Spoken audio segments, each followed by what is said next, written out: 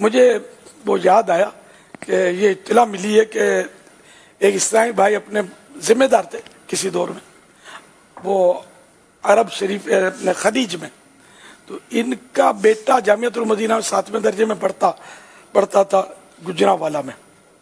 تو وہ تیلی تھون جمع کرنے کے لیے وہ کہیں رقم وصول کرنے کے لیے جا رہا ہوگا یا جمع کروانے جا رہا تھا، منہ اندھیرے صبح و سویرے، ابھی مطلب اجالا نہیں ہوا تھا برابر.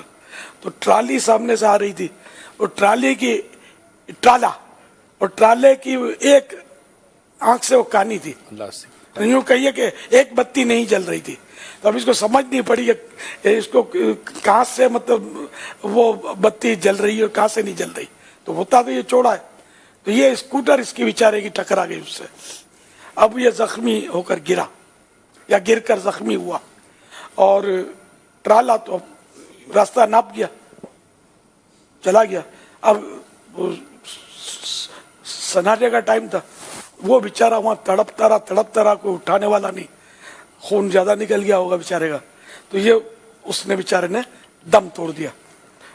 یہ 7ویں درجے کا طالب علم جامعۃ المدینہ کا ٹیلی تھون کے راہ میں اس کا انتقال ہوا، یہ مجھے اطلاع ملی ہے. اللہ کریم پیارے حبیب صلی اللہ تعالی علیہ وآلہ وسلم کے صدقے میں ان پر کرم فرمائے.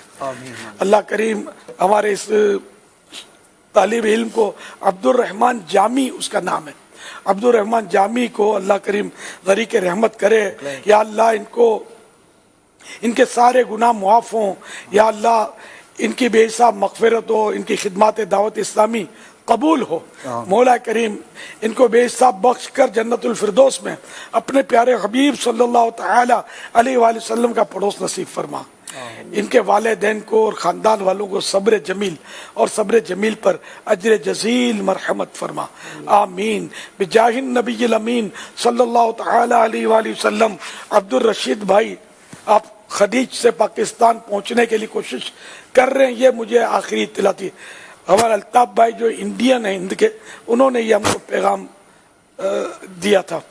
تو اللہ کریم آپ کے لیے رستہ بھی کر دے کہ یہ آج کا یہ واقعہ ہے.